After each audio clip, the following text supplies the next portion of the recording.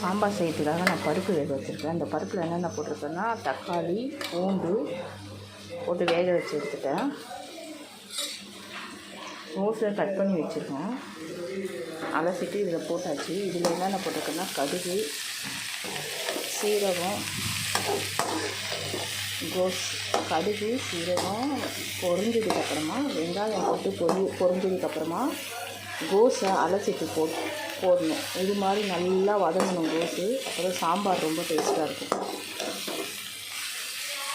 அடுத்து நான் மிளகாத்தூள் எடுத்து வச்சுருக்கேன்.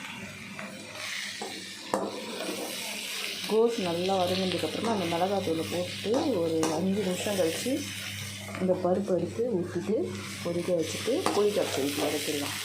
அப்போ இறக்கிட்டு பார்ப்போம். புளி கரைச்சி ஊற்றிட்டு கொதிக்க வச்சுட்டு பார்ப்போம்.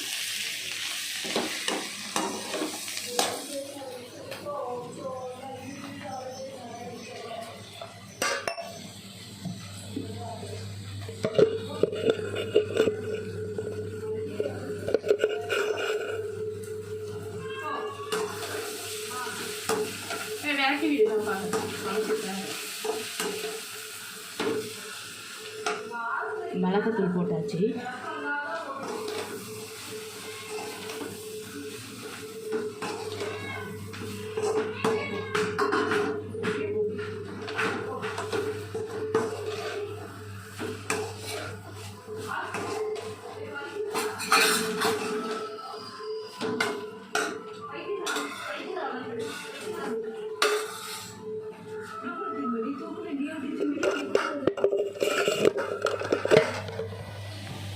இதில் மிளகாத்தூள் வறுத்தாச்சு போட்டு இந்த 5 நிமிஷம் ஆயிடுச்சு.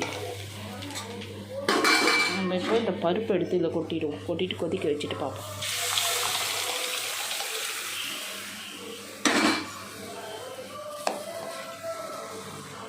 நல்லா கடாய் விட்டு ஒரு 15 நிமிஷம் நல்லா 20 நிமிஷம் கொதிக்கட்டும் சாம்பார். கொதிச்சதுக்கப்புறமா புளி கரைச்சி ஊற்றிட்டு ஒரு 5 நிமிஷம் கழித்து இறக்கிட்டு பார்ப்போம்.